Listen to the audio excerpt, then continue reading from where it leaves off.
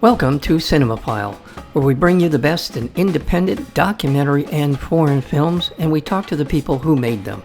I'm your host, Mike Caspar, and you can find out more about the program by going to cinephilepod.com. The Sundance Film Festival rejected it, the MPA censored it. Our hero, Balthazar, is an audacious coming-of-age story that expertly balances pitch-black humor with a sense of creeping menace. The film is an engrossing modern fable about the influence of social media, isolation, and glorified violence on modern adolescents. Wonderful film. It'll stay with you. It's a jarring experience in a good way. Our hero, Balthazar, was co-written by Ricky Camilleri and Oscar Boyson. It was directed by Oscar Boyson. To both of you, welcome to Cinephile. There's a film that came to mind as I was digesting this. Natural Born Killers came to mind in this after watching this film. And one of the reasons why it feels like that to me is there is a constant specter of violence that is just hanging over the entire film.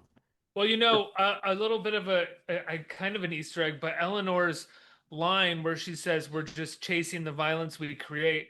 I actually stole that from an interview with Oliver Stone's ex-wife, where she is talking about how much she hated Natural Born Killers. And she says he's just chasing the violence that he creates at this point. And that's where that line came from. Okay. Now, there's more to the film than just that description. Terrific performances from your leads. But where did the inspiration for this film begin? We had been trying to put together a different movie and it didn't work out. And in the midst of that, the Uvalde shooting happened. And there was a small story regarding the Uvalde shooter that I think it was in his FBI report. He would send messages to strangers across the country trying to reach out to people. Across the world. Yeah, across the world, sorry. Sometimes it would just be hello. Sometimes it would be sadistic videos, like anything to get attention. And on the morning of the shooting, he messaged a girl in Germany who he'd had somewhat sporadic conversations with. She didn't know him really at all. She was 13 years old. He was 18 or 19. And he said, "I just shot my grandmother in the face. I'm going to go shoot up my elementary school." And she wrote back, "Sounds cool," or something to that effect. Yeah.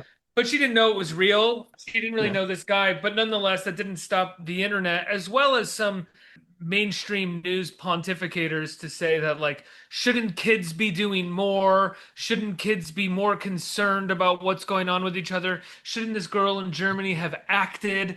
That at the moment felt like a small microcosm of not what it is like, not just what it's like to be young right now, but to sort of be a person and to be consistently confronted with societal rot and the people who are actually responsible for it. The adults in the room are always shouldering the blame or putting the weight of all of it on your shoulders, as if you as an individual person, teenager, can actually affect the change that they could much more easily. And then we started thinking, like, who would get a message like that and actually do something about it? And that's kind of where the Balthazar character grows out of, especially in that 2020 and 2021 were very, right in our periphery, where you started to see so much identity and ideology performed on the internet, right? I think a lot of the movie grows out of feeling bad for these kids who are trying to grow up and figure out who they are. And the only place to really look is social media and the internet. For a plethora of reasons, during the pandemic, it really felt like issues became the central force on social media, right? Like, prior to that, you could be this on social media, you could be that on social media, but it felt like all of a sudden everybody started taking up some kind of polarized issue, whether they were a mommy blogger or a movie blogger. And I think that has largely to do with Trump and the way that he kind of is able to consume and vomit everything back to be about himself and about politics. But during the pandemic, it really felt like you couldn't look at your phone without being confronted with someone performing some form of activism, be that on the right or the left side of the political aisle. So as you're writing the script, putting it together, are you envisioning the audience that you want this to land with? Did you want it to land with people, teens and younger people? Do you want it to land with an older audience to give them some sort of insight into or whatever to provoke them? What is it? Who are you thinking about as you're putting this together? Honestly, Mike, I never knew the answer to that question until we logged on to this chat with you, and I was like, "That's the guy. That's who I pictured while we were writing this movie." We met when we were 17, which is when I think we were both just at our peak love for movies and just getting excited about them, watching them and so I think it would be easy to say that we made the movie for an audience like us, but I inevitably that like what do we want to see when we go to the movies? What are our best experiences going to check out a new film? But I think that's also rooted in when we were 17 and fell in love with movies and met each other, like what fell in love with each other. and what kind of movies got us hooked and made us want to, see all that director's movies or the movies that made you want to make movies. There was nothing better than than the moment when I was like 14 years old, 13 years old, and I saw like the opening shot of Boogie Nights for the first time, and I was like, "Oh, someone's making this. What is this? What are they doing?" And that ended up, for me, at the very least, beyond him and that movie, that ended up being about like being able to see the seams sometimes on this on the side of a movie, right? It's not about like it's not just about like a oneer. It's about how that oneer kind of bumps up against the practicalities of filmmaking at times. You can almost see the Steadicam operator step off the crane, right? The movie doesn't kind of shy away from that. Those were always things that excited me. So when we were talking about the aesthetic of the film and talking about the budget that we were going to have, a lot of the conversations were about what kind of movies excited us when we were 15, 16 years old. And it was Lars von Trier's The Idiots and Breaking the Wave, Gus Van Sant and My Own Private Idaho, movies that just felt like when you were 16 years old, you didn't know that was possible. I don't know if we necessarily achieved that overall in our movie. There was a hope or that's at least the conversations that we were having. What I think that this film does so effectively is create an environment based on a lot of evidence to support that kind of milieu or this vibe or whatever the word might be to best describe it, and does a very effective job of living in it, kind of bringing all of the elements together, and in particular the actors that you brought into these roles. Asa Butterfield and Jaden Martell are just terrific in being able to be, I'll call it, avatars for a lot of what I think this film is about. I really want to talk up their performances because I thought they were just fantastic. So we'll start with Jaden Martell. How did you bring him in and why? Reached out to him first, and it was actually during the SAG strikes, so there was maybe a little bit of a lull. He's a very inquisitive guy. He's a curious guy. He's been in way more movies than I've worked on. He's been acting since he was 10 or something, and he's worked with a number of great directors. So I think knowing his work, I knew that he could do it. I think when you don't have any money, you need to give these actors an opportunity to do something nobody else is giving them the opportunity to do. And he had a very perceptive read on the script and the character. And for me, it was just, I know you can do this. And I just wanted to sync up in terms of perspective and expectations and make sure we were aligned. But he was really just a tremendous collaborator and continues to be, even after the movie's done. He'll be going out and hosting a screening with us this weekend. Oh, fantastic. And then let's talk a little bit about Asa Butterfield in terms of the yin and yang of this story, in terms of perception of the world, manipulating one another. There's so many different elements that this relationship starts at and that ends at, where we see it kind of as the film moves forward. Um, let's talk about Asa Butterfield. I mean, Ricky? another just Yeah. so fortunate that we got him on board. I think also like Jaden Asa, we talked in our first meeting about how he has a physicality. Also, like people know him from the work that he's done. He's also been acting from a very young age, and he was really excited about subverting that and taking the thing that most of his audiences and fans know him for and using it in a subversive way, right? He can get away with more because I think we're inclined as audiences to think this guy is harmless, right? This guy is sweet, he's tender. So for him to at the beginning kind of posture as something that is scarier than that, that opens up a lot of possibilities that might be shut off with a different kind of actor. So So surprised at how certain audiences respond to Ace's character and kind of say that like, oh, he's grotesque from the beginning. He's a bad kid. He does that. Like they're so repulsed and offended by him, I think, because he has upset this girl that he works with. But I don't know. To us, he always just seemed like a confused kid who was seeking attention and love and in the wrong places, which to me is such a sympathetic. A lot of us do, especially as young men. I think young women do it too in their own way. But I'm always, it goes to show you how any sort of like topical signifier, right?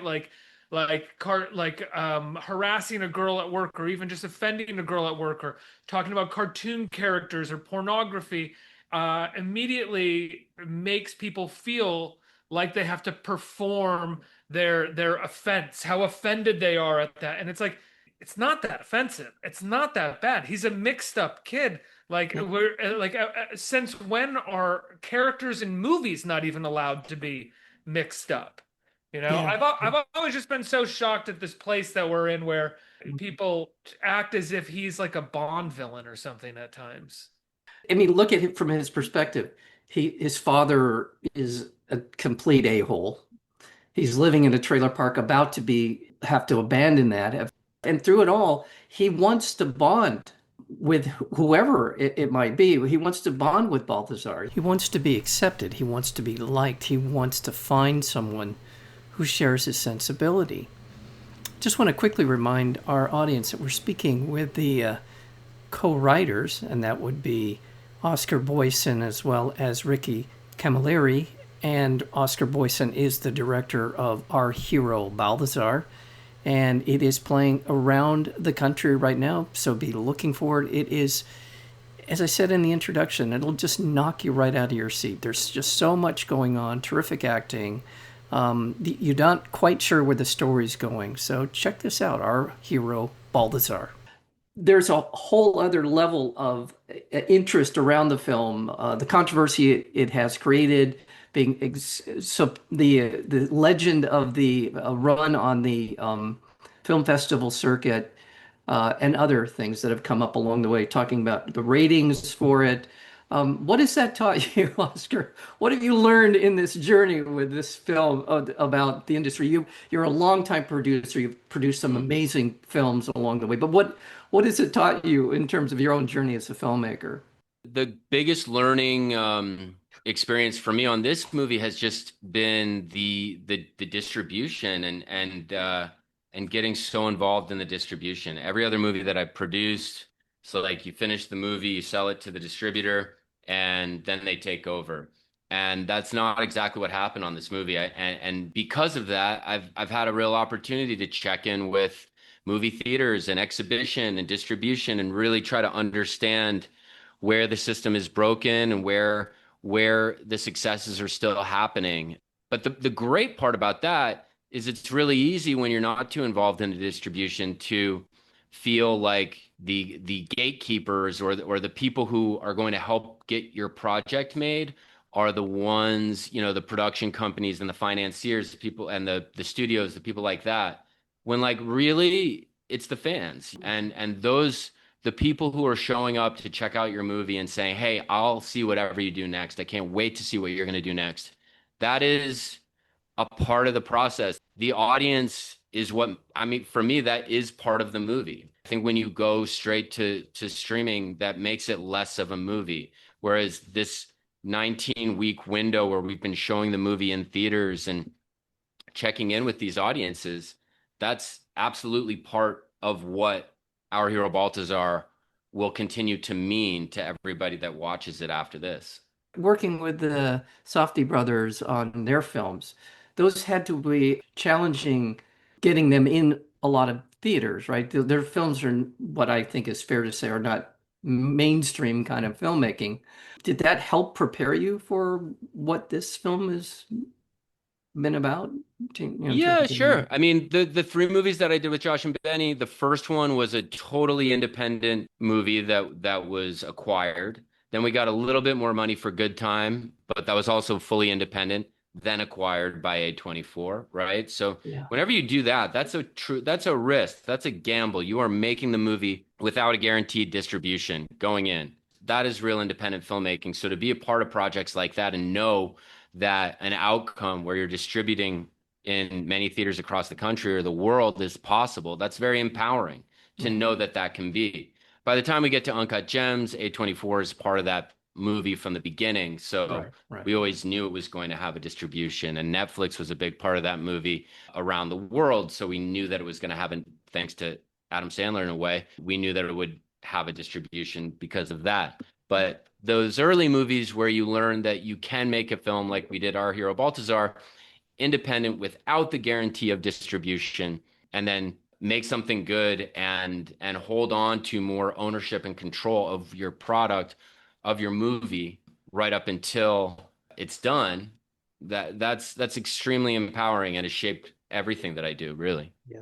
I had Benny on for heaven knows what. Just one of Oh my, yeah. I love the film and I was so thrilled to be able to get him on to talk about it. So that was one of those gets that for me felt like validating what I've been trying to do with this show. So, That was a crazy movie that's I mean, that's one where that really just felt like a miracle that when I think about it, I was talking to Benny about it recently and it's like you start talking about it and you're just like, how the hell did we do that? I don't know if I could ever even think up something like that again. it felt like because I was lucky enough to get Sean Baker on for his first three films, and so Hmm. I felt like that New York scene, and there were some other filmmakers that were really around that time making a lot of very interesting films. Ramin Balrani, I had him on for a few of his first films, so I love this kind of filmmaking because it does feel dangerous. It feels you're putting yourself really out there in terms of your vision, the way you went about making this film, and very quickly. I do want to talk with Ricky about the sound design, editing, and the cinematography. I know that's a big topic or three big topics, but it really feels like it's such a polished part of this film for me, particularly the cinematography in this. Well, I mean, that's mostly that's Oscar's thing to talk about. But Okay. I'll say that from my perspective, Oscar and I, as collaborators in the writing phase, we're always talking about what the movie's going to look like, and Yeah. we're watching movies that we like and what they look like. I think Oscar has a lot of patience for sometimes what would be my like amateurishness on what to expect on how to shoot a movie. Like I feel like sometimes someone who's never been on a movie set before just remembers their favorite shot and doesn't remember that a scene is actually comprised of like seven different shots, right? To kind of keep the pace going. Uh, but so I talked to him a lot about that, and Chris Messina, who Oscar had worked with for going on 15 years now, probably. And is just a really great guy. And he becomes a part of the process too. We show him early drafts of the script. He gives us notes and his thoughts on the script, and we incorporate those. And we're showing him. Oscar's showing him movies. I'm showing Oscar movies. Oscar's showing him movies. We're talking about those movies, and then and the editing, Oscar and I talked a lot about how certain movies from when we were growing up used handheld and whip pans and cutting in the middle of pans to kind of jar the audience but keep things moving in a quick pace. And one of the things that we always loved about Lars von Trier was when he started operating in that breaking the waves idiots sort of thing, he would cut in the middle of a pan almost. Like you couldn't really tell when he was going to cut, but somehow the scenes still felt all sort of fluid and of a piece. So we talked a lot about that and how independent film didn't really feel like it was doing that much anymore, that it felt pretty static a lot of the time, and that people were afraid to break aesthetic, like old school aesthetic rules that were being broken a lot in the late 90s, early 2000s. And we talked about trying to do that here and there. And then when it came to the sound design, my role on that was simply, Oscar said, I'm going to get the absolute best people possible to do the sound design. And I said, do you have the money to do that? And he said, I will find it. And to his credit, I walked into a mix studio and they played me some stuff that they had done. And I was like, you are fucking amazing. You got the people. Like the guy who's mixing our movie right now mixed Killers of the Flower Moon. This is incredible. And then at the same time, it's a testament to them and Oscar and people who are really great about the collaborative process.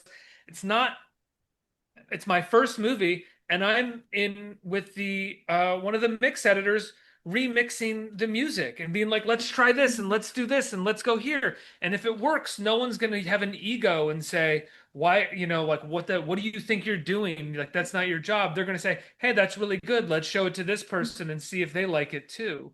Yeah. Right. And so for me, it was just an incredible learning experience and all a testament to my creative partner and one of my best friends and the godfather of my son, who's always an inspiration to work with and yell at and never be yelled at by, fortunately. Oscar. Well, I'll just put out that being able to do the sound design on Killer of the Flower Moon allows, these people are dedicated to their craft. They love making good films. It gives them an opportunity to do a film like Our Hero, so that I hope that's a fair way to put it, because it just feels like the love of cinema is something that, especially in that end of the filmmaking part of it, it's all about really the craft of what they do. And yeah, I feel like sometimes we use my experience on this film is that in terms of working behind the camera, writing, whatever, any part of it, what people really love about cinema who are working in cinema is not necessarily the final product at the end of the day. They hope for the best with that, but it's the collaborative process that goes into making cinema. Everybody really ends up kind of getting off on that. And the people who don't get off on that, you don't really want them around. Fantastic film. And again, does that make sense? Is that good? Does that sound right? Okay. Yeah. Well, to both of you, your process, your execution are excellent in this film. Keep doing what you're doing. I hope there's more work on the way. And Our Hero, Balthazar, director Oscar Boyson, as well as co-screenwriter with Ricky Camilleri. Thank you so very much. Thank you, guys. Pleasure. Thanks, Mike. All right. You.